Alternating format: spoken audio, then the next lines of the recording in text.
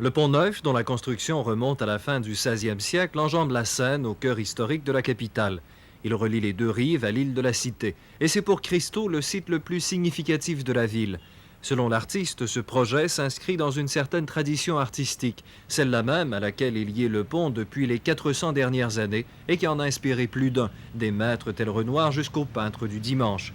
7 ans de négociations avec les autorités françaises auront été nécessaires pour que le rêve devienne réalité.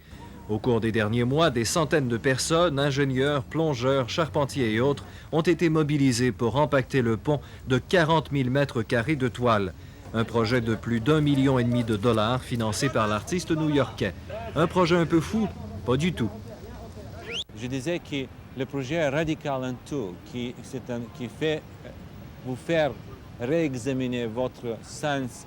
Qu'est-ce que c'est l'art? Aussi parce que c'est un projet, ils ne peuvent pas le garder, conserver, qu'ils ne peuvent pas acheter, ne pouvons pas vendre tickets. Tout ça, c'est part de radicalité des projets de tous les niveaux. Bien sûr, qui fait penser les gens, ça c'est déjà un très grand réussite.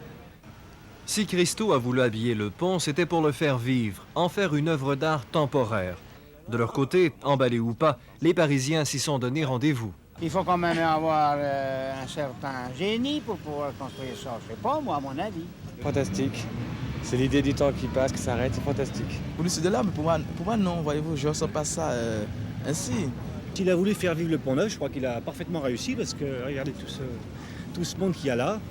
Et personnellement, bon, j'habite Paris depuis 10 ans et j'avoue que je n'avais jamais mis les pieds sur le Pont Neuf.